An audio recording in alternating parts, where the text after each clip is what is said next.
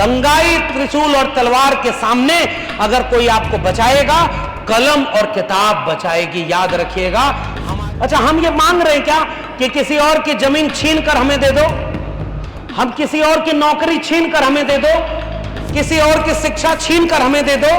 नहीं, हम ये मांगते हैं मेरे हिस्से की नौकरी, मेरे हिस्से की जमीन, मेरे हिस्से का मालिकाना हक मुझे चाहिए, और जो भी उस पर अवैध कब्जा किया है उसको खाली कराओ। इसलिए जाति जनगणना इस देश का सबसे बड़ा मुद्दा है, और जाति जनगणना पर 2024 का चुनाव होना चाहिए। अरे पता तो चले, कहीं 3% लोग 97% चीजों पर कब्जा तो नहीं किए बैठे हैं। न्याय मिलेगा तो संघर्ष से मिलेगा, न्याय मिलेगा तो जागरूकता से मिलेगा, न्याय मिलेगा तो सवाल पूछने से मिलेगा, न्याय मिलेगा तो शिक्षा से मिलेगा, न्याय मिलेगा तो तब मिलेगा जब न्याय मांगने वाले ताकतवर होंगे। अगर कमजोर होंगे तो ऊपर वाला एक ही लाठी से सबको हाँक देगा, और अगली बार 5 साल के लिए फिर हम और आप मूर्ख बन जाएंगे। 2024 नजदीक आ रहा है, इशारों में ही आपको अपना पैगाम दे रहा हूं। न्याय भीख मांगने से नहीं मिलता। एक बात बताइए, धर्म के नाम पर लड़ाया जा रहा है और कहा जा रहा है कि यूसीसी जब आएगा तो मुसलमानों के खिलाफ है। अरे इस देश के आदिवासी समाज के लोगों, आप पूरे देश में जिस दिन ऐसा कोई कानून आए, पूरे देश के सड़कों को अपने उलगुलान और सेवा जोहार के नारों से गुलजार कर देना। आपके पीछे कंधा मिलाकर हम सब भी खड़े होंगे कि आपको इस देश में आपकी संस्कृति से छेड़खानी नहीं करने देंगे। हमारी वर्तमान की माननीय महामहिम राष्ट्रपति महोदया दिल्ली के एक मंदिर में जाने लगी तो दूर से उनको पूजा करने दिया, उनका शुद्धि करवाया था जाकर के उनके चैम्बर में। बताओ, आजाद भारत में है हिम्मत, किसी चुने हुए सबसे बड़े व्यक्ति को आप शुद्धि करा रहे हो? इसका मतलब वो पाप करके गई थी क्या कि वो आदिवासी घर में पैदा हो गई? ये अपमान आपका हुआ कि नहीं हुआ? आप सबको सेवा जोहार, जय भीम, जय मंडल, जय संविधान है, इंकलाब जिंदाबाद है। आज विश्व आदिवासी दिवस, वर्ल्ड इंडिजिनियस पीपल्स डे के इस मौके पर नेहरू सांस्कृतिक भवन, भिलाई, छत्तीसगढ़ के इस कार्यक्रम में आए हुए मंच पर बैठे सभी सम्मानित अतिथिगण और मंच के सामने उनसे भी ज्यादा सम्मानित बैठे आप सभी लोगों को मेरा सेवा जोहार है, इंकलाब जिंदाबाद है।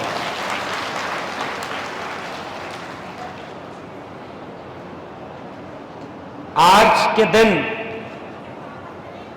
एक बात जो मुझे सुकून दे रही है कि जिस समय पूरे देश में कुछ लोग धर्म के नाम पर लड़ाने के लिए त्रिशूल और तलवार बांट रहे हैं, हम एक तीर एक कमान की बात लेकर के पूरे देश को एक करने का यह आगाज कर रहे हैं। आप कल्पना करिए कि तीर और कमान जिन लोगों के हाथ में था वो हमारे भी पुरखे थे। छत्तीसगढ़ की जमीन पर खड़े होकर मैं अपने पुरखे बाबा तिलका मांझी, बाबा सिद्धू कानू, बिरसा मुंडा, जयपाल सिंह मुंडा से होते हुए टंटिया मामा और शहीद वीर नारायण सिंह जी को याद करना हूं तो इसका मतलब ऐसा लगता है कि किसी वृक्ष पर पत्ते अपनी जड़ों को याद कर रहे हैं। अगर हमारी जड़ें इतनी गहरी न होती तो आज हमारी टहनियों के पत्ते इन जालिमों की आंधियों में कब के उड़ गए होते, मगर आज भी हम खड़े हैं क्योंकि हमारे पुरखे बहुत गहरी जड़ों वाले थे, इसलिए हम उन्हें याद करते हैं।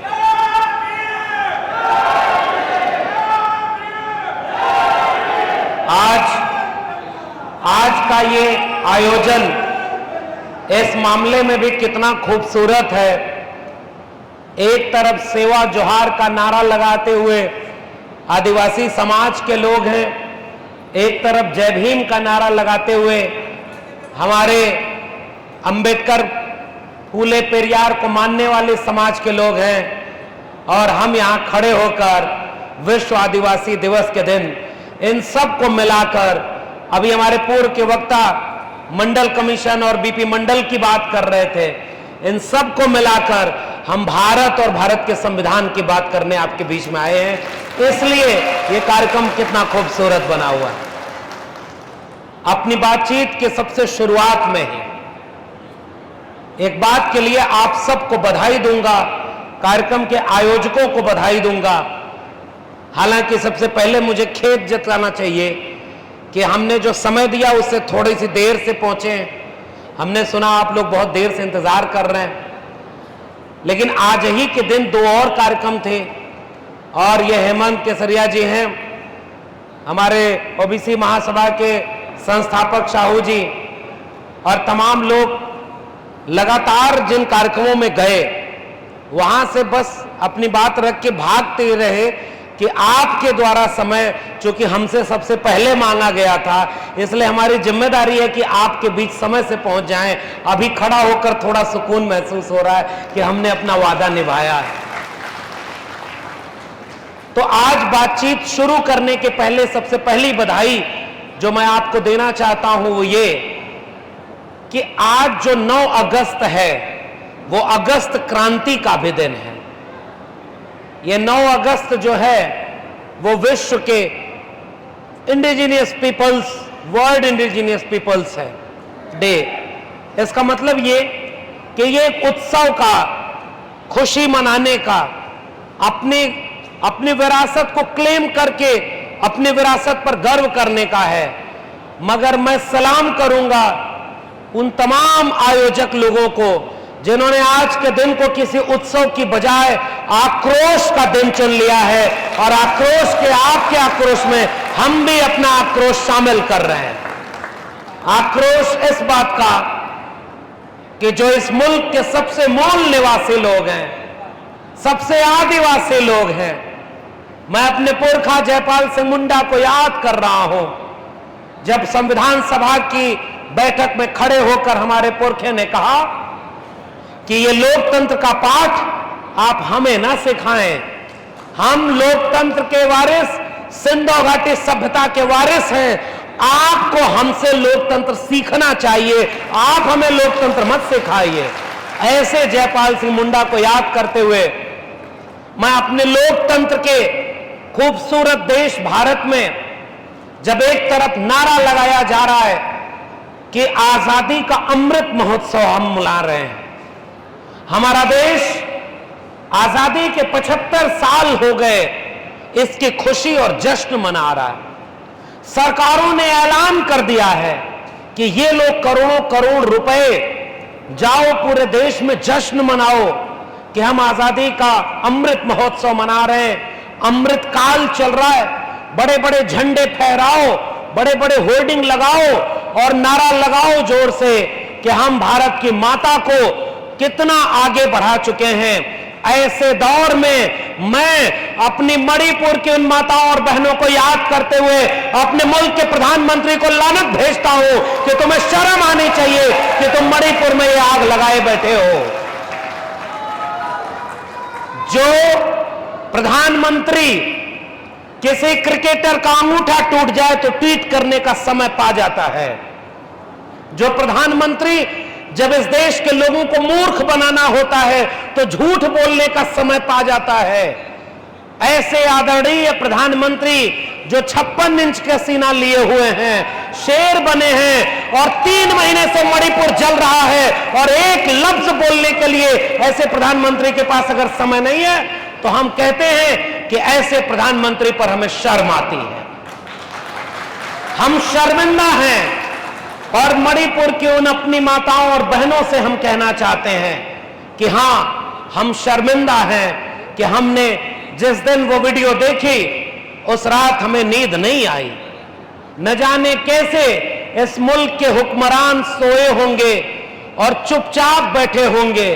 हमें तो यह महसूस होता है काश हम जाते मणिपुर और जाकर वहां आंसू बहा रहे अपने भाइयों बहनों माताओं बुजुर्गों के साथ अगर 2 आंसू बहा लेते, 2 लाठी सह लेते, 2 जेल झेल लेते, तो हमें लगता कि जो दर्द हमारे परिवार के लोग झेल रहे हैं उस दर्द में हम भी शामिल हैं। मगर अफसोस कि हम ऐसा भी नहीं कर पा रहे। इसलिए आपके बीच में खड़े होकर के केवल हम उनको हिम्मत देने का काम कर रहे हैं जो अपनी लड़ाई खुद लड़ रहे हैं। हम तो बड़े सुकून में बैठे हैं साहब, हम तो आज यहां पर इतना बड़ा आयोजन में शामिल हो रहे हैं, मगर पूछिए मणिपुर जब जल रहा है तो वहां के लोगों पर क्या बीत रही होगी। और वहां का मुख्यमंत्री जो उसी जनता ने चुना है, वहां का मुख्यमंत्री यह बयान देता है कि ऐसी घटनाएं तो रोज होती रहती हैं। हां, तुम्हारे राज में तुम जिसे राम राज का नाम लेकर करते हो वहां वाकई ऐसी घटनाएं होती रही होंगी, मगर हम भारत के संविधान वाला राज चाहते हैं जहां एक भी ऐसी घटना पर हम शर्मिंदा होते हैं और आगे कहना चाहते हैं कि ऐसी घटना न हो। ऐसा बयान देकर के भी लोग मुख्यमंत्री बने बैठे और बिना कोई बयान दिए इस देश का प्रधानमंत्री कोई बात नहीं बोल रहे और इस देश के हम तमाम लोग चुपचाप देख रहे हैं। यह सही बात है, ये मोहब्बत और प्यार का भारत था। इन लोगों ने हर जगह उसमें आग लगा दी है, आग लगा दी। अरे आग लगानी ही थी तो उलगुलान की मशाल वाली वो आग लगाते जिसने आदिवासी मूल निवासी और इस मुल्क के कमेरा लोगों को उनके जीवन की रोशनी बन करके गुलजार कर दिया। वो बिरसा मुंडा के उलगुलान वाली आग लगाते, लेकिन तुमने तो घर फूंकने वाली आग लगा दी। हम शर्मिंदा हैं कि तुम्हारी आग को हम बुझा नहीं पा रहे। मगर ऐ समाज के लोगों, यहां जब खड़े हैं हम, तो यहां एक वादा हमें अपने आप से भी करना चाहिए। लगेगी आग तो आएंगे घर कई जद में। आप कल्पना करिए, ये आग आज वहां लगी है ना, लगेगी आग तो आएंगे घर कई जद में। यहां पे सिर्फ हमारा मकान थोड़ी है। इसका मतलब यह है कि आज जो आग वहां लगी है उसकी आंच हमारी तक आ रही है।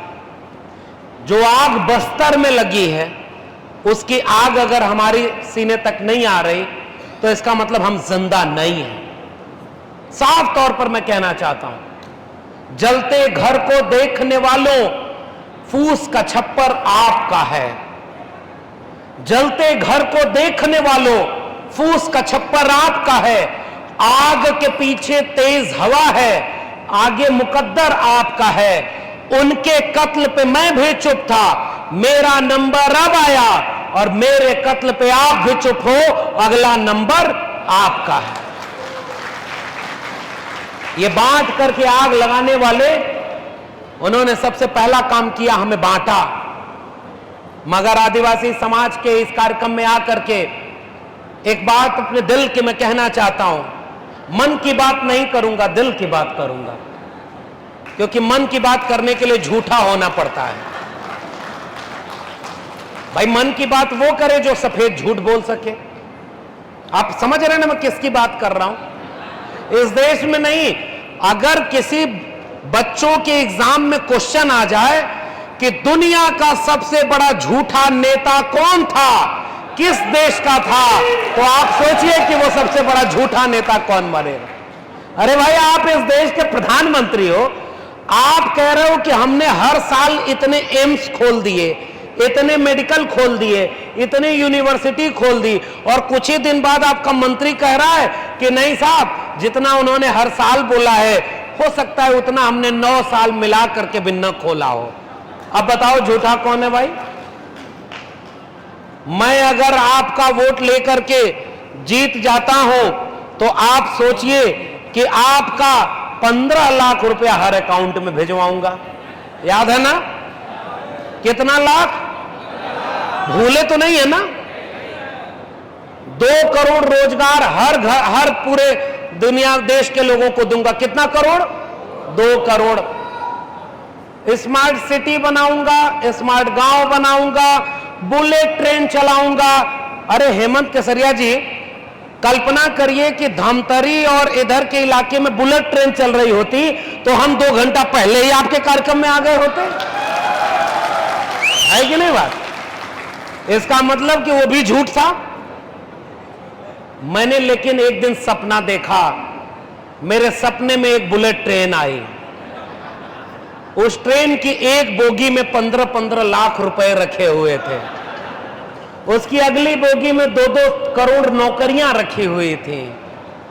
उसकी अगली बोगी में कुछ स्मार्ट सिटी बैठे थे, कुछ स्मार्ट गांव बैठे हुए थे। उसकी अगली बोगी में रुपया जो डॉलर की कीमत से कई गुना ताकतवर हो गया था वो बैठा हुआ था। उसकी अगली बोगी में कुछ अच्छे दिन बैठे हुए थे। उस अगली बोगी में बहुत हुआ महिलाओं पर अत्याचार, अब की बार फलाने की सरकार। बहुत हुई महंगाई की मार, अब की बार फलाने की सरकार। बहुत हुआ पेट्रोल डीजल की मार, अब की बार फलाने की सरकार। और वो बुलेट ट्रेन बहुत तेजी से चलती हुई गुजरात के आगे जाकर कहीं खो गई है। मैं आज भी उस बुलेट ट्रेन को खोजने आपके बीच में आया हूं। याद दिलाओ भाई, वो बुलेट ट्रेन कहां चली गई? आज इतना झूठ बोलकर हमारा वोट ले लिया गया। हम भी तो खुश हो गए थे। हमें भाई को जब भाई से लड़ाया गया तो दोनों भाई खुश हो गए। आदिवासी को आदिवासी से लड़ा दिया, पिछड़ों को पिछड़ों से लड़ा दिया, दलितों को दलितों से लड़ा दिया, फिर इन तीनों को आपस में लड़ा दिया। महिलाओं के खिलाफ पुरुषों को खड़ा कर दिया, आदिवासियों के खिलाफ ओबीसी को खड़ा कर दिया, ओबीसी के खिलाफ उनको खड़ा कर दिया, गरीब के खिलाफ पूंजीपति को खड़ा कर दिया। और ये करते करते सबको बांट करके वो राज कर रहा है, जो आकर के कहता है कि इस देश का संविधान बदलना है और इसे हिंदू राष्ट्र बनाना है। समझ रहे हैं ना? हम लड़ते गए और वो जीतता चला गया। हमने बचपन में एक कहानी सुनी थी, 2 बिल्लियां रोटी पाती हैं तो रोटी पाकर वो आपस में लड़ने लगती हैं कि बराबरी से कौन कैसे बांटेगा। बीच में एक बंदर आता है। बंदर दोनों बिल्लियों से कहता है, रुको, मैं न्याय करूंगा। तराजू लेकर बंदर आया, उसने रोटी दोनों तरफ रखी। जिधर रोटी ज्यादा थी उसकी रोटी तोड़कर खा लिया तो दूसरी तरफ ज्यादा हो गई, फिर इधर की रोटी खा लिया, फिर पहली तरफ ज्यादा हो गई, फिर इधर की रोटी खा लिया। दोनों बिल्लियां चुपचाप उसका न्याय देख रही थी और ऐसा करते करते बंदर दोनों तरफ की पूरी रोटी खा गया। दोनों तरफ की तराजू खाली थी और बंदर ने बड़ा सा भाषण देते हुए कहा, देखो बिल्लियों, मैंने न्याय कर दिया है। जितनी भूखी तुम हो उतनी भूखी ये है। दोनों को रोटी नहीं मिली और वो बंदर तराजू लेकर चला गया। मैं आपके बीच में कहने आया हूं, हमारे आपसी झगड़े का न्याय करने के नाम पर कुछ लोग हमारे हिस्से का सब कुछ खा गए। अब मैंने आगे नहीं कहूंगा कि वो बिल्ली कौन है और वो, इसलिए समझदार को इशारा काफी। मैं यहां कोई ऐसी बात नहीं कहूंगा कि आयोजक लोगों को मुश्किल हो जाए। भाई इशारे में भी तो बात करनी चाहिए। और भाई को भाई से, बहन को बहन से, माताओं बहनों को आपस में, एससी एसटी ओबीसी को आपस में लड़वा दिया। पहली गुजारिश विश्व आदिवासी दिवस पे मेरी कि हारने का ये हुनर भी आजमाना चाहिए। जंग अगर भाई से हो तो हार जाना चाहिए। हमने अपनी नाक बड़ी कर ली और दिल छोटा कर लिया। जिसने लड़ाया हम लड़ते चले गए। कौवा कान लेकर भागा, हम कौवा खोजने चले गए। कौवा कुछ दिन बाद पता चला कि प्रधानमंत्री का दोस्त था जो सब कुछ लेकर भाग गया विदेश में। और हम तो दौड़ते चले गए भाई। कभी मंदिर के नाम पर दौड़े, कभी मस्जिद के नाम पर दौड़े, कभी धर्म के नाम पर दौड़े, कभी किसी नाम पर दौड़े। और हमारा जो शिक्षा, स्कूल, कॉलेज, विश्वविद्यालय, पढ़ाई, कमाई, दवाई, सिंचाई का भारत था, वो तो लुट गया, हमें पता ही नहीं चला। आज हमारे पुरखे होते तो हमसे एक सवाल करते। बिरसा मुंडा कहीं बैठकर देख रहे होंगे, जयपाल सिंह मुंडा से बता रहे होंगे, सिद्धू कान्हू तिलका मांझी आपस में बात कर रहे होंगे, वीर नारायण सिंह इस छत्तीसगढ़ के लोगों को चुपचाप कहीं से निहार रहे होंगे कि आप अपने प्रदेश को लुटते से नहीं बचा पा रहे, आप अपने बस्तर में फर्जी इनकाउंटर में मारे जा रहे आदिवासियों को मरने से नहीं बचा पा रहे, आप हसदेव के जंगलों को लूटने से नहीं बचा पा रहे, आप मणिपुर में अपनी बहन बेटियों को इज्जत आबरू लूटने से नहीं बचा पा रहे, फिर किस बात के आप हमारे वारिस हो? मैं तो सोचता हूं कि हम तो ये सीना तान कर कहते हैं कि हां, हमारे पुरखे कितने महान थे, मगर सोचो आप सब लोग 25 साल 50 साल बाद हमारे बाद की पीढ़ी जब हमारे बारे में सोचेगी तो वो ये कहेगी कि हमारे पुरखे कितने नालायक थे जो अपनी आंखों के सामने सब कुछ चुपचाप होता हुआ देख रहे थे। ये कड़वी बात है मगर ये सच्ची बात है।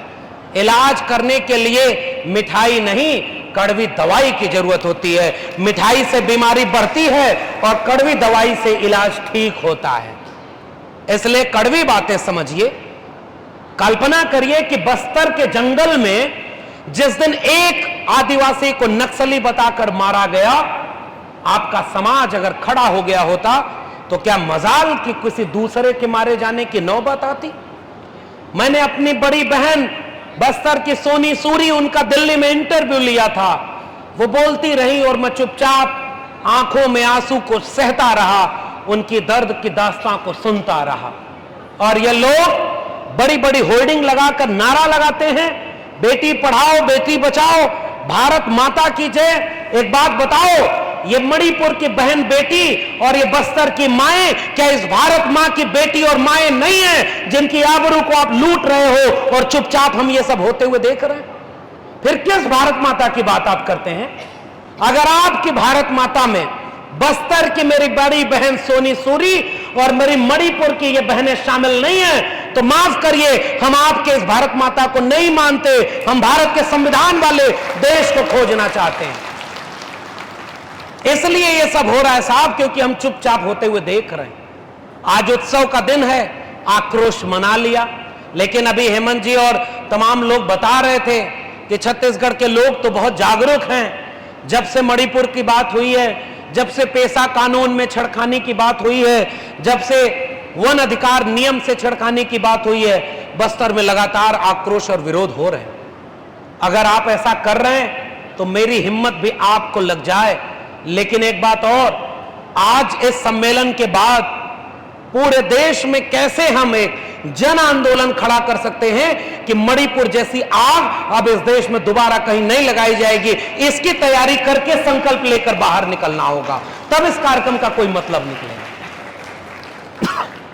वरना पेशा कानून बनाया तो भाई इस देश के आजादी की लड़ाई लड़ने वालों ने एक भरोसा तो दिया था ना हमारे पूर्वजों को कि अगर आदिवासियों का कोई गांव होगा तो गांव वालों से बिना पूछे न तो गांव में एक पत्थर लगाया जाएगा, न तो गांव से एक पत्थर निकाला जाएगा।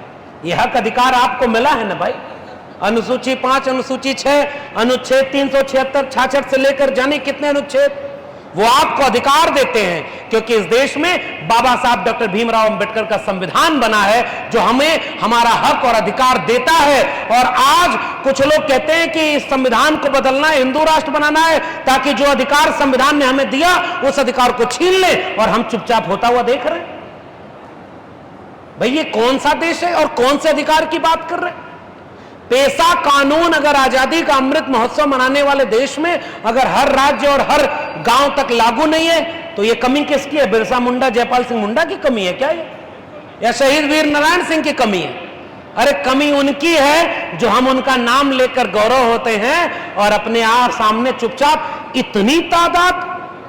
मैं तो देखा छत्तीसगढ़ में आपकी आबादी अगर तीनों समुदाय को मिला ले तो 97% लोग बताते हैं। कितनी? 97%। 48% ओबीसी, 32% आदिवासी, 20-25% तो दलित भी होंगे। तीनों मिला लें तो 97%, और 97% लोग अपनी मांग नहीं मनवा पा रहे। सरकार कोई भी हो, सरकार सरकार की तरह काम करती है।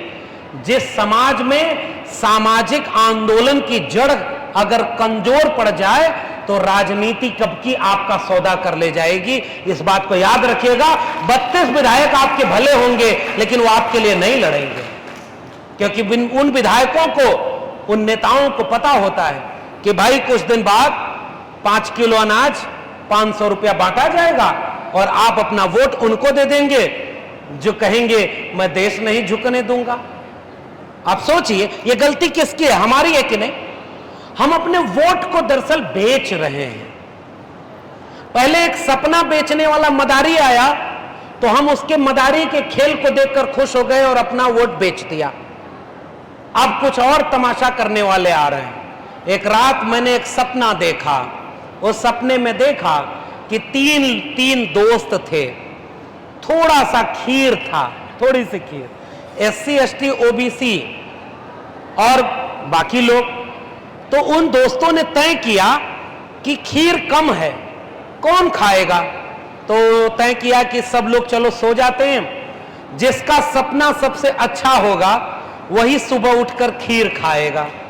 आप समझिएगा ध्यान से, समझदार को इशारा काफी।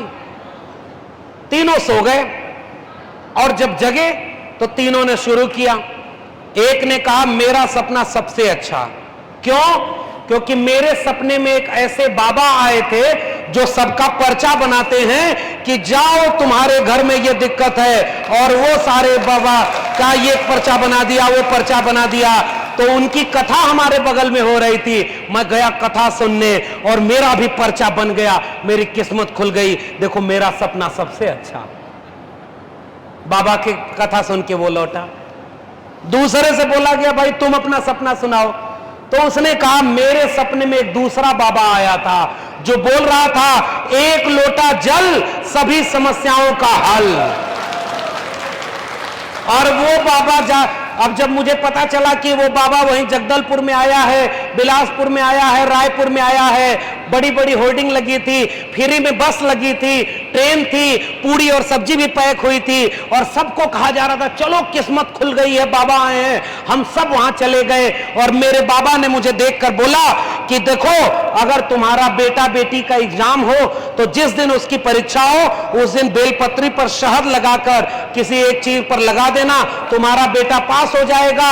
और अखबार में खबर छपी कि उसका अपना बेटा 8वीं में फेल हो गया। लेकिन बाबा ने जो एक लोटा जल दिया है वो मैं लेकर आया और अभी आपके बीच में बैठा हूं, इसलिए उससे ज्यादा अच्छा सपना किसका? मेरा। तीसरा चुप बैठा था, चुप था। दोनों बोले कि भाई तू सुना। कहा नहीं जाने दो। कहा नहीं सुनाना पड़ेगा। कहे छोड़ो। कहा क्या सपना देखा? नियम बना था। कहे हमने कुछ नहीं देखा। कहा नहीं बताना पड़ेगा, ये तो गलत है। तो कहा अच्छा सुनो, जब हम सोने गए ना तो हमारे सपने में बिरसा मुंडा, जयपाल मुंडा और वीर नारायण सिंह आए और कहे तेरी खीर सदियों से कोई और पीता है और खीर बगल में रखी है और तू सो रहा है, उठ और खीर पी जा। और मैं चुपचाप। दोनों दोस्त खड़े हुए, कहे कि अगर उन लोगों ने कहा खीर पी जा तो तूने क्या किया?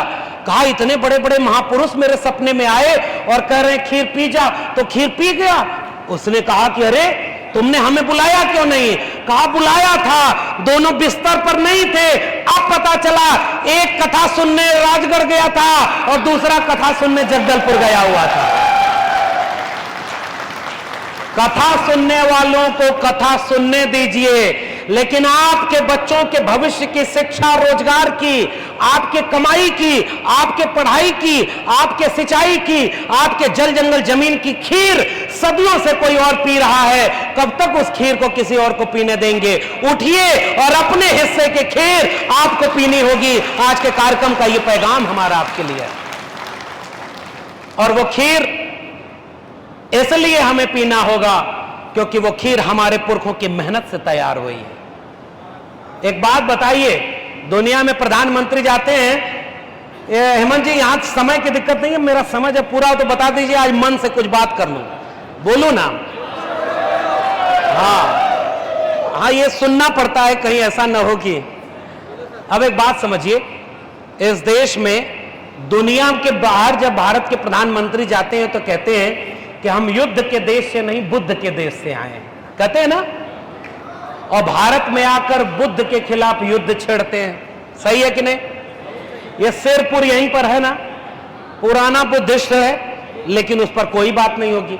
मैं कभी कभी सोचता हूं कि जो प्रधानमंत्री इतने ताकतवर हैं, वो अगली बार जब अमेरिका में जाएं तो वो दुनिया को ये बताएं, जब वैज्ञानिकों की यहां जाएं, कहें अरे तुम लोग कहां खोए बैठे हो, मैं तो उस देश से आया हूं, तुम्हारे यहां आज इंसान एक तरह से पैदा होते होंगे, मेरे यहां इंसान मुख से भी पैदा होते हैं, भुजाओं से भी पैदा होते हैं। भारत के प्रधानमंत्री जाकर वहां बताएं कि आपका विज्ञान फेल हो गया होगा कि अगर एक इंसान में दूसरे इंसान का खून अगर चढ़ाना है तो बिना ब्लड मैच किए खून नहीं चढ़ा सकते, लेकिन हमारे यहां की सर्जरी कितनी आगे थी कि हम एक इंसान पर किसी जानवर का मुंडी भी चढ़ा सकते हैं। मैं अपमान किसी का कर रहा हूं क्या? मैं किसी का, अरे भाई आपकी कहानी है, मैं उसे याद कर रहा हूं।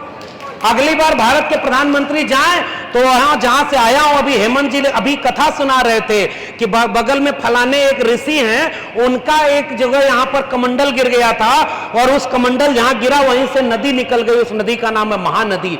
रे भाई, आपका कमंडल कितना बड़ा था और कितना पानी उसमें था कि जहां कमंडल गिर रहा है वहां से नदी गिर गई, और कुछ गिरा होता तो पता चला महासागर बन गया होता। हम कैसे मान ले भाई? आप आज जो कपड़ा पहने हैं, जो माइक में बोल रहा हूं मैं, जिस स्पीकर से आप सुन रहे हैं, जिस बिजली से ये पंखे चल रहे हैं, जिन कुर्सियों पर आप बैठे हुए हैं, जो आपके हाथ में मोबाइल है, जो आपके आसपास सामान है, ये सारे सामान विज्ञान ने पैदा किए हैं कि किसी धर्म ने पैदा किया? हमारे यहां होता क्या है, गाड़ी पैदा होती है विज्ञान से, और गाड़ी जब खरीदते हैं तो उस पर पूजा आरती करते हैं। क्या, मैं एक बहन अपनी गाड़ी जब खरीद रहा था तो हर शोरूम में एक व्यक्ति बैठा होता है, उस व्यक्ति का नाम मैं नहीं लूंगा, हरकतों से आप पहचान जाएंगे। वो एक व्यक्ति तुरंत थाली लेके आ जाता है, जजमान, हम कहे जी, कहे इसकी नजर उतरवा लो, पूजा करवा लो। हमने कहा उससे क्या होगा? कहा कि इस पर जो खराब चीजें होंगी, काला ग्रहण होगा, वो सब हट जाएगा, रक्षा होगी। मैंने तुरंत पलट के एजेंसी वाले से पूछा कि तुमने गाड़ी का इंश्योरेंस किया है? तो उसने कहा हाँ। तो कहा 3 साल के इंश्योरेंस का कितना रुपया लिया? तो कहा 50,000। मैंने पलटकर इधर बोला कि मैं आपको 5,000 दे दूंगा, आप गारंटी ले लो कि अगर 1 साल में मेरी गाड़ी अगर कहीं एक्सीडेंट होती है तो सारा खर्चा आप उठाओगे। थाली समेत वो भाग गया। भाई मैंने कोई गलत बात कही क्या? भाई मैं तो यही कह रहा हूं, गारंटी ले लो। अगर किसी चीज को कह रहे हो तो उसकी गारंटी ले लो, हम भी आपको मान लेंगे। गारंटी नहीं लेंगे। एक गांव में गधा मर गया। क्या? गधा। देखिए किससे कहानी से बात बहुत दूर तक जाती है।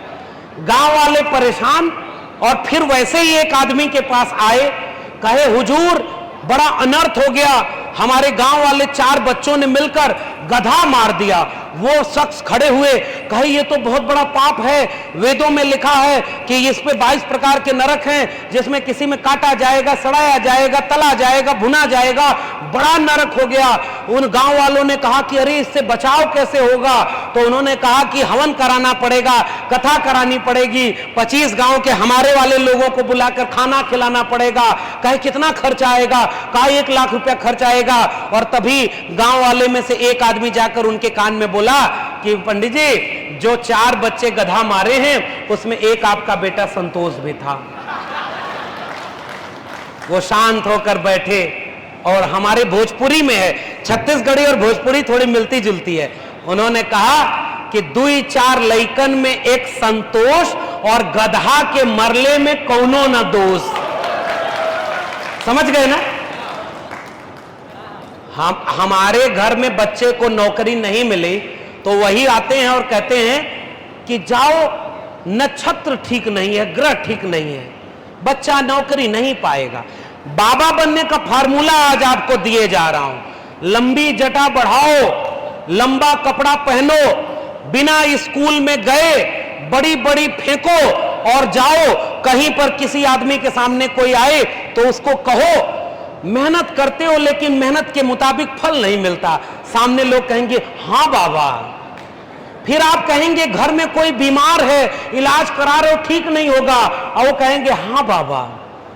आप कहेंगे कि बहुत मेहनत किया, बेटे को नौकरी नहीं मिली, तो कहेंगे बिल्कुल सही कह रहे हैं। कहा घर में कलेश होता है, बड़ी अशांति रहती है, अरे हुजूर आप तो देवता हैं, कहा जाओ हरी चटनी की बजाय लाल चटनी खाओ, दया रुकी है वही हो जाएगी, बाबा बन जाएंगे आप।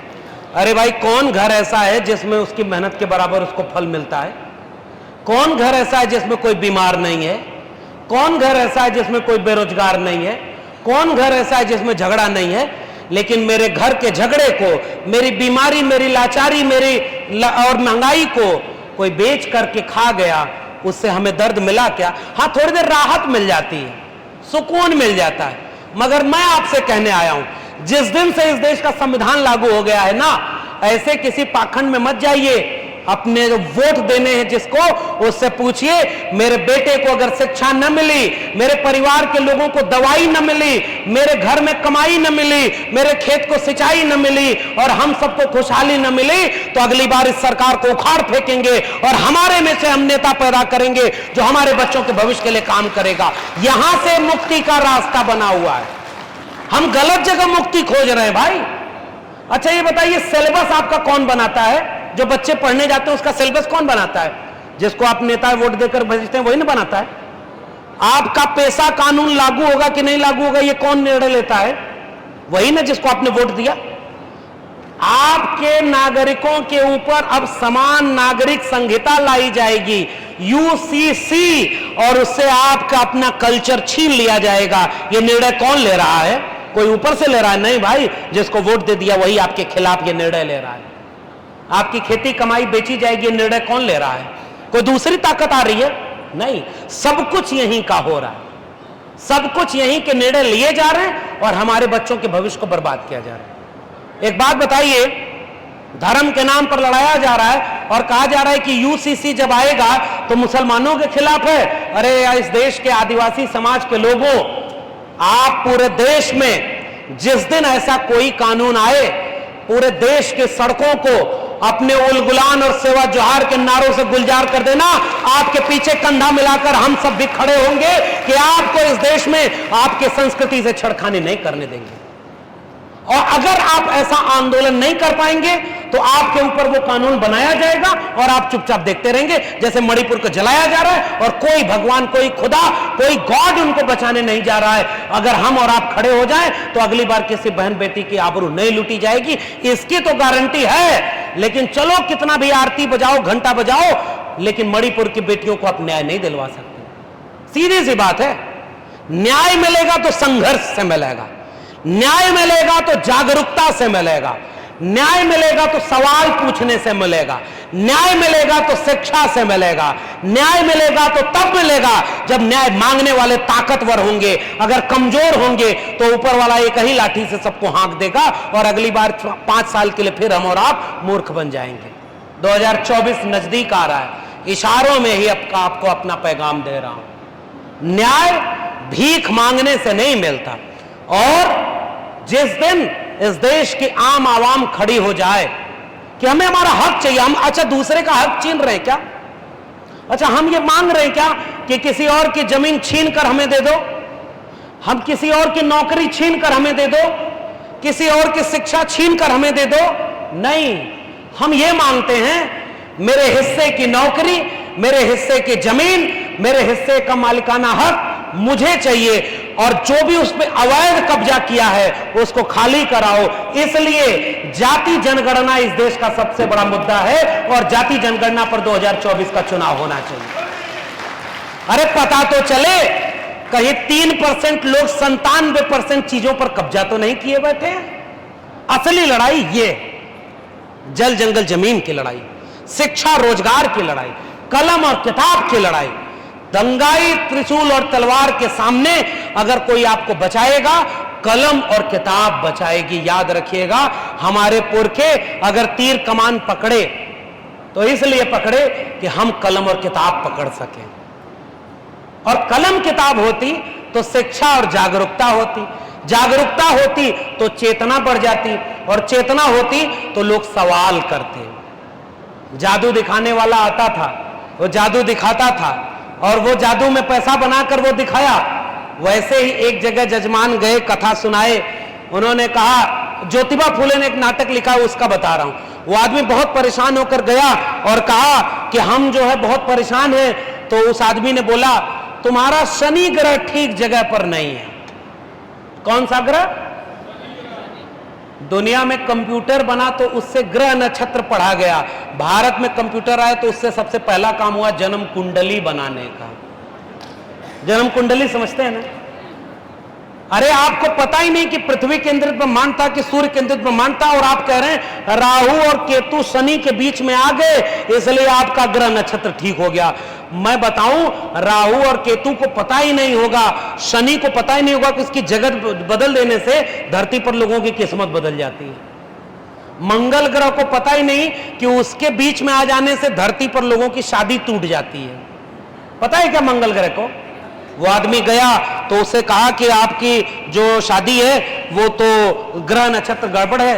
कहा कैसे ठीक होगा? कहा हवन कराना पड़ेगा। कहा कितना खर्चा आएगा? कहा 10,000। कहा इतना पैसा तो नहीं है। उसने कहा जाओ छूट दे देते हैं, 5,000 रुपए 50% डिस्काउंट और छूट दे दिया और हवन करा लो। और उसके बाद वो आदमी बोला इतना भी नहीं है। उसने कहा अच्छा 1,000 रुपए दे दो, छोटी वाली हवन करा देता हूं, जब पैसा हो जाए तो बड़ी वाली करा लेना। वो आदमी बोला साहब 1,000 रुपए भी नहीं है। उसने कहा 100 रुपए दक्षिणा दे दो, मैं तुम्हें मंत्र दे देता हूं, इसका जाप करते रहना और तुम्हें तुम्हारे दुख से राहत मिल जाएगी। वो आदमी खड़ा होकर दोनों जेब दिखाकर बोला कि हुजूर मेरी जेब में एक फूटी कौड़ी भी नहीं है। सामने वाला आदमी गुस्से से खड़ा हुआ और कहा कि जब तेरी जेब में एक फूटी कौड़ी नहीं है तो जा बेटा, शनि तेरा कुछ नहीं बिगाड़ सकता। सारी लड़ाई किस बात की है? आपके जेब की कमाई की। मैं आपसे गुजारिश करने आया हूं, भिलाई छत्तीसगढ़ और आसपास के इलाके से आए लोगों, एक रोटी कम खाना चलेगा, एक कपड़ा कम पहनना चलेगा, अपनी गाढ़ी कमाई से 1 रुपया भी किसी ढोंग ढकोसले में मत देना। ये सारा पैसा बचाकर शिक्षा पर खर्च करना और अपने बच्चों को पढ़ाई लिखाई जरूर करवाना। स्कूल भेजिए। आपका बच्चा अगर स्कूल नहीं जाएगा, आपके बेटे और बेटी शिक्षा नहीं पाएंगे तो वही कोई मदारी आएगा, शिकारी आएगा, जाल बिछाएगा, दाना डालेगा और कहे हम कह के जाएंगे कि इसे पक्षियों फंसना नहीं। लेकिन अगर आप शिक्षित नहीं हुए, जागरूक नहीं हुए तो हमारे लाख भाषण देने और आयोजन समिति के लाख कार्यक्रम कराने के बाद भी हमारे और आपके घर के बच्चे उस शिकारी के जाल में फंस जाएंगे और उनका भविष्य बर्बाद हो जाएगा। और अभी भी फंसे हुए हैं। गलत कह रहा हूं तो बताइए, आज फंसे नहीं हुए हैं। इसलिए उस कहानी का अगला पड़ाव क्या है? एक उनमें ही आया नायक बनकर, वीर शहीद वीर नारायण सिंह के तरह उनमें ही कोई नायक बनकर आया, बिरसा मुंडा जयपाल सिंह मुंडा की तरह, कि अरे पक्षियों सदियों से तो तुम इस जाल में फंसे हो और अलग अलग उड़ना चाहते हो, अलग अलग जाल से निकलना चाहते हो, न तुम निकल पाए आज तक न ये निकल पाया। आओ एकजुट हो जाओ और एक साथ ताकत लगाओ, पूरा जाल उड़ा कर ले जाओ और तभी तुम्हें मुक्ति मिलेगी। आज विश्व आदिवासी के दिवस में मैं आपसे गुजारिश करने आया हूं, एकजुट हो जाओ। हमारी ताकत से देश दुनिया में अगली बार कोई जालिम तानाशाह नहीं पैदा होगा, इसका भरोसा मैं आपको दिला रहा हूं। मगर हम बिखरे हुए हैं। और कैसे बिखरे हुए? मैं ओबीसी समाज के आता हूं और ओबीसी समाज पीले रंग का गमछा वो भी बांधता है, आदिवासी समाज पीले रंग का गमछा आप भी बांधते हो। बताओ हम दोनों एक ही परिवार के लोग हुए कि नहीं? मेरे अपने ओबीसी समाज के घरों में कभी कोई पूजा होती थी, कभी शादी विवाह होता था, बच्चा पैदा हुआ या कोई बड़ा कार्यक्रम हुआ, हम भी हल्दी में लिपटे हुए ऐसे ही चावल से पूजा करते हैं और आप भी हल्दी में लिपटे हुए चावल को हमारे माथे पर लगाकर हमारा सम्मान बढ़ाते हैं। बताओ हम दोनों एकजुट हुए कि नहीं? हमारे ओबीसी घरों में जो किसान कामगार जातियां हैं, जो खेती किसानी करती हैं, मेहनत करती हैं, उनके घर में भी अगर फसल कटती है, फसल बढ़ती है, फसल रोपी जाती है तो उस समय त्योहार मनाया जाता है। हम भी प्रकृति की पूजा करते हैं और आप भी प्रकृति की पूजा करते हैं। बताओ हम और आप एक हुए कि नहीं? मगर अफसोस, जिन्हें आपने नेता बनाया वो भी ये बात नहीं बताया और हम तो ये बात जानते ही नहीं थे। मगर चलो, हमारे पुरखे कबीर साहब ने कहा कहें कबीर जायदा बही, जबे से चेता तबे से सही। अगर आज से ही चेतना हो जाए तो भी कोई देर नहीं है। अभी भी देर नहीं हुई है, अभी भी बहुत कुछ लुटने से हम बचा सकते हैं। शर्त एक है, आइए गले मिलकर के एक दूसरे का हाथ पकड़ लें। Schedule caste, schedule tribe, OBC, minority, महिलाएं, वंचित, शोषित, गरीब, कमजोर, कामगार, कमेरा, हम सब इस मुल्क के 90% लोग हैं। हम 90% एकजुट हो जाएं तो भारत के संविधान को बदलने की बात करने वालों को इस देश में हमेशा के लिए हम सत्ता से बाहर कर सकते हैं। क्योंकि हम 90% लोगों को अधिकार जो मिला किसी धर्म से नहीं मिला, किसी किताब से नहीं मिला। हम सब 90% लोगों को जो अधिकार मिला है वो भारत के संविधान से मिला है। इसलिए इससे छेड़खानी हम बर्दाश्त नहीं करेंगे। आप धर्म का प्रचार करने आ रहे हो, कह रहे हो हिंदू राष्ट्र बनाएंगे, भारत के संविधान को बदलेंगे, और हम और आप चुपचाप देख रहे हैं। वो जेल में गया क्या? वो जो कह रहा है भारत का संविधान बदलेंगे, वो जेल में गया क्या? इस देश में राष्ट्रपति बनाया गया तो हमारे पिछले राष्ट्रपति महामहिम थे, मंदिर में गए तो मंदिर में घुसने से मना कर दिया क्योंकि वो दलित थे। अगर वो दलित थे तो इसका मतलब हिंदू नहीं थे। एक ही बात का जवाब देना मेरी।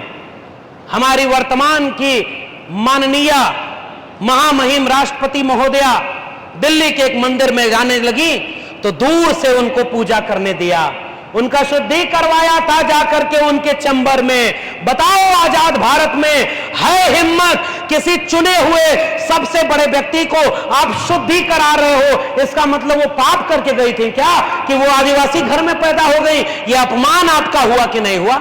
भूल गए कि नहीं? इसलिए मैं आपसे कहने आया हूं, जिस मंदिर में घुसने नहीं दे रहे, संविधान लागू है भाई। देश के सबसे बड़ी नागरिक वो हैं, सबसे सर्वोच्च पद पर बैठी हुई हैं, लेकिन संसद भवन जब नई बनाई जाएगी तो उसमें इस देश की पहली नागरिक को नहीं बुलाया जाएगा क्योंकि वो आदिवासी हैं। बताओ अपमान किसका हुआ? इस देश में 7.5% आरक्षण आपको मिला है। आज पता लगा कर देखो देश के केंद्रीय विश्वविद्यालयों में कितने आदिवासी प्रोफेसर हैं, पता लगाइए आप। मैंने आरटीआई लगाई है, 99% पोस्ट आपकी खाली पड़ी है। 1 या 2% पोस्ट पर आज तक आपके प्रोफेसर बने, और कुलपति तो शायद ये आदिवासी विद्यालय है ना, ये अभी मैं पत्रिका पढ़ रहा था, उसमें लिखा हुआ है अमरकंटक में एक आदिवासी इंदिरा गांधी आदिवासी विश्वविद्यालय बना है। पता चला उसका भी बड़े बड़े पदों पर कोई आदिवासी नहीं बैठा है। और उसमें रिपोर्ट लिखी हुई है कि जिस आदिवासी विश्वविद्यालय में आदिवासियों को 50% आरक्षण था, अब वो घटाकर 7.5% कर दिया गया है। हम चुपचाप देख रहे हैं। भाई गुनहगार कौन है? पेशा कानून लागू नहीं हुआ, हम चुपचाप देख रहे हैं। बस्तर में आज भी फर्जी एनकाउंटर में हमारे लोग मारे जा रहे हैं, हम चुपचाप देख रहे हैं। जानते हैं ये सब क्यों होता है? क्योंकि जब आदिवासी को मारा जाता है तो शायद ओबीसी को उतना दर्द नहीं होता है।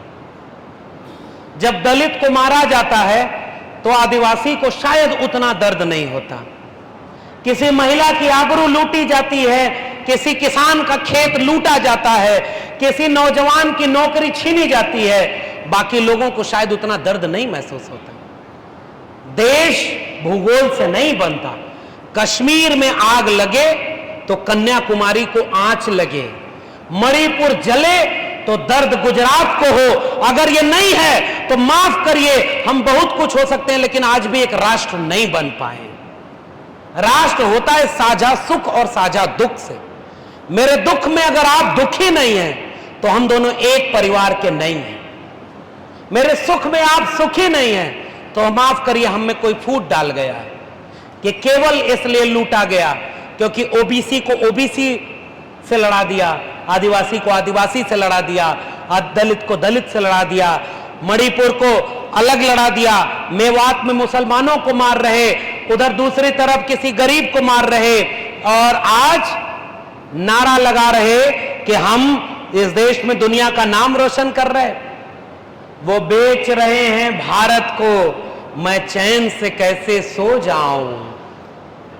आप याद करिएगा मैं किसकी बात कर रहा हूं। वो लूट रहे हैं भारत को, खामोश मैं कैसे हो जाऊं। हां, मैंने कसम उठाई है, मैं देश नहीं झुकने दूंगा, मैं देश नहीं बिकने दूंगा, मैं देश नहीं लूटने दूंगा। आप भी खुश हो गए, ले धुआंधार उसको सीट दे दिया, वो देश का प्रधानमंत्री बन गया। पहले भेल बेचा, फिर रेल बेचा, उसे स्टेशन पर चाय बेचते किसी ने नहीं देखा, लेकिन स्टेशन बेचते सब देख रहे हैं, फिर भी कोई भरोसा नहीं कर रहे। पहले बैंक बेचा, रेल बेचा, कंपनी बेची, नौकरी बेची, और कहा था कि 15 लाख देंगे, नहीं आया। रुपए की कीमत को डॉलर की तुलना में मजबूत करेंगे, रुपया सबसे ज्यादा कमजोर हो गया। बहुत हुई महंगाई की मार, अब की बार फलाने की सरकार। बहुत हुआ पेट्रोल डीजल का अत्याचार, अब की बार उन्हीं की सरकार। टमाटर कितना रुपया किलो है? बोलिए जोर से। 250 हमारे यहां है, क्योंकि हमारे यहां राम राज्य आया हुआ है। आपके यहां थोड़ा कम हो सकता है।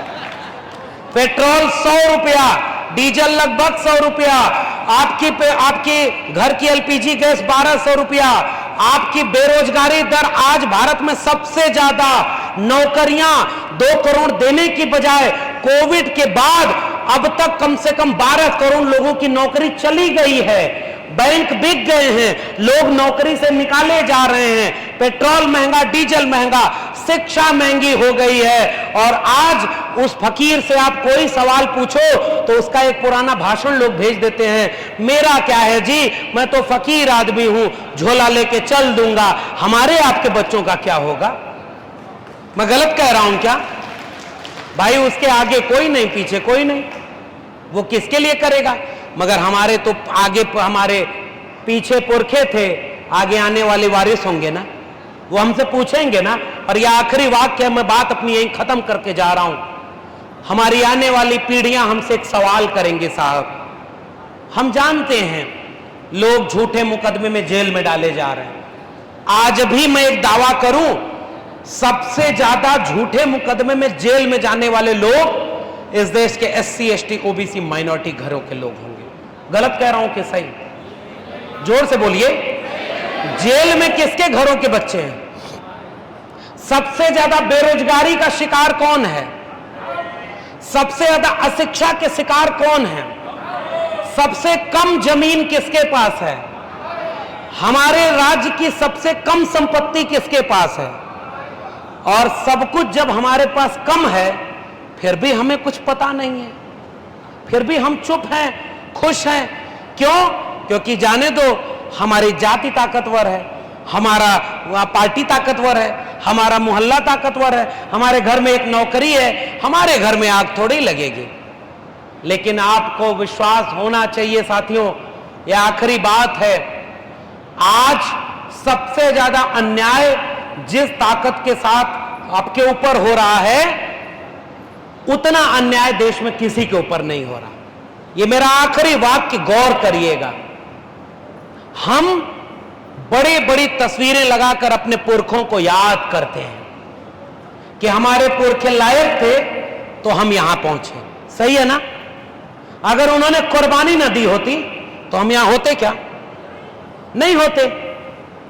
लेकिन हमारे 50 साल बाद की पीढ़ी भी हमसे पूछेगी ना, तुम जब थे तो भारत का संविधान था, तुम जब थे तो आदिवासियों को संविधान में हक मिला था, तुम जब थे तो बस्तर में आदिवासी लड़ रहा था, तुम जब थे तो बकसवा और हसदेव के जंगलों में आदिवासी अपनी जल जंगल जमीन के लिए लड़ रहा था, तुम जब थे तो पेशा कानून लागू कराने के लिए आदिवासी लड़ रहा था, तुम जब थे तो UCC यानी समान नागरिक संहिता के नाम पर हमारी संस्कृति में हमला जो हो रहा था उसके खिलाफ लोग लड़ रहे थे, तुम जब थे तो लोग शिक्षा बचाने के लिए लड़ रहे थे, तुम जब थे तो सरकारी नौकरी थी, तुम जब थे तो सरकारी जमीन थी, तुम जब थे तो सरकारी शिक्षा थी, तुम जब थे तो धन संपत्ति थी। और 50 साल बाद तुम हमें कौन सा भारत सौंप कर गए हो जिसमें न भारत का संविधान है,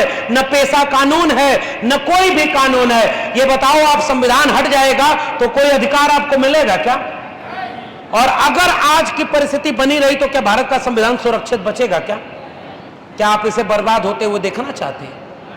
मैं अपनी आने वाली पीढ़ियों से आंख मिला सकूं, इसलिए जेल, मुकदमे और बुलडोजर के डर के बावजूद बिना अपनी नौकरी की चिंता किए हुए, बिना अपनी जान की चिंता किए हुए आज के लुटेरों के सामने खड़े होकर आंख में आंख डाल करके कह रहा हूं कि तुम जैसा भारत बनाना चाहते हो, हमारे रहते तुम हम ऐसा भारत नहीं बनाने देंगे, इसलिए ताकि मेरे बच्चे मुझे आने वाली पीढ़ियों में गर्व करें। इसलिए मैं अपनी जिम्मेदारी निभाने आपके बीच में आया हूं। आयोजन समिति के लोगों, आपने हमें इतना प्यार और मोहब्बत दिया। मैं उत्तर प्रदेश में एक छोटे से गांव में गाय भैंस चराने वाला किसान कामगार जाति में पैदा हुआ एक बच्चा, जो शिक्षा अगर न मिली होती तो आज भी यूपी के किसी गांव में गाय भैंस चरा रहा होता। अगर शिक्षित न हुआ होता तो दिल्ली विश्वविद्यालय नहीं पहुंच पाता। मैं पहुंच तो गया, लेकिन आज वो सब नौकरी देने में, परमानेंट करने में बड़ा कतराते हैं। वो कहते हैं कि बड़ा हमारे खिलाफ बोलता है। मैं कहता हूं नहीं भाई, देखो अब तक जहां तक पहुंचा वो अपने दम पर पहुंचा, अपने पुरखों के दम पर पहुंचा। तुम हमसे क्या छीन सकते हो? नौकरी ना। तुम हमसे क्या छीन सकते हो? मेरी जमीन, मेरा मकान ना। तुम हमसे क्या छीन लोगे? मेरी गाड़ी छीन लोगे, मेरा बंगला छीन लोगे, मगर मेरे पुरखों का दिया हुआ इंसान का स्वाभिमान और शिक्षा से पाया हुआ ज्ञान तुम कभी नहीं छीन सकते। इसलिए मैं बिना डरे तुम्हारे सामने आंख में आंख मिलाकर खड़ा हूं, क्योंकि जब ये सब नहीं था तो हमारे पुरखों के पास कुछ नहीं था। न जमीन थी, न शिक्षा थी, न रोजगार था। वो हाथ से श्रम करते थे और कुछ लुटेरे लोग आकर के उनके श्रम को लूट लेते थे। भारत का संविधान लागू हुआ तो हमें शिक्षा का मौका मिला, हमें शिक्षा मिली, रोजगार मिला, हमें स्वाभिमान मिला। और आज आप स्वाभिमान लूटना चाहते हैं? माफ करिए, हम ये स्वाभिमान नहीं लूटने देंगे। हम अगर अकेले भी बचे तो दिल्ली की सड़कों पर मैं आपके बीच में ये वादा करके जा रहा हूं, विश्व आदिवासी दिवस के दिन आपने हमें सम्मान दिया है, मेरी प्रकृति को मुझसे पूजा करवाई है। मुझे खुशी है कि मैं पत्तियों पर, टहनी पर लटका हुआ एक कमजोर सा पत्ता जब अपनी जड़ों के पास गया तो यहां से ताकत लेकर लौट रहा है। ये रोशनी जो इस दीपक में जल रही है, ये आंधियों के बीच खड़ी है। बहुत तेज आंधियां चल रही हैं जो इस रोशनी को बुझाना चाहती है। ये जो पूजा आपने की, इसमें कोई बीच में मीडिएटर नहीं बैठा था, मगर ऐसे ही चलता रहा। हमारे और इस पूजा के बीच में कोई मीडिएटर बिठा दिया जाएगा जो हमसे यहां पर लूटने के लिए हमारा धन संपत्ति बैठ जाएगा। इसलिए खतरा इस संस्कृति पर है, वापस अपनी संस्कृति पर लौटना है। आपने जो हमें सम्मान दिया वो अपने सर माथे पर मैं लेकर दिल्ली लौट रहा हूं। मैं जानता हूं कि वक्त बहुत खराब है, पता नहीं आगे कल क्या होने वाला है, लेकिन जब आप जैसे लोगों से ऊर्जा और हिम्मत मिलती है कि दर्द अगर मणिपुर को हो रहा है तो दवा के लिए छत्तीसगढ़ के लोग लड़ रहे हैं, ये मेरा भारत है। मैं यहां से हिम्मत लेकर जा रहा हूं, मैं हिम्मत लेकर जा रहा हूं कि मैं दिल्ली की सड़कों पर बहुत कमजोर भी कर दिया जाऊंगा, तब भी अपने पुरखे बिरसा मुंडा, जयपाल सिंह मुंडा के सपनों को, वीर नारायण सिंह के सपनों को, सिद्धू कान्हू के सपनों को, बाबा साहब डॉक्टर भीमराव अंबेडकर के सपनों को, राम मनोहर लोहिया और बिंदेश्वरी प्रसाद मंडल के सपनों को, भारत के संविधान के सपनों को खत्म होने से बचाने के लिए आखिरी दम तक लड़ते रहेंगे, लड़ेंगे, जीतेंगे। जय भीम, जय मंडल, संविधान जिंदाबाद, उल गुलाम जिंदाबाद, इनकलाब जिंदाबाद, सेवा जोहार।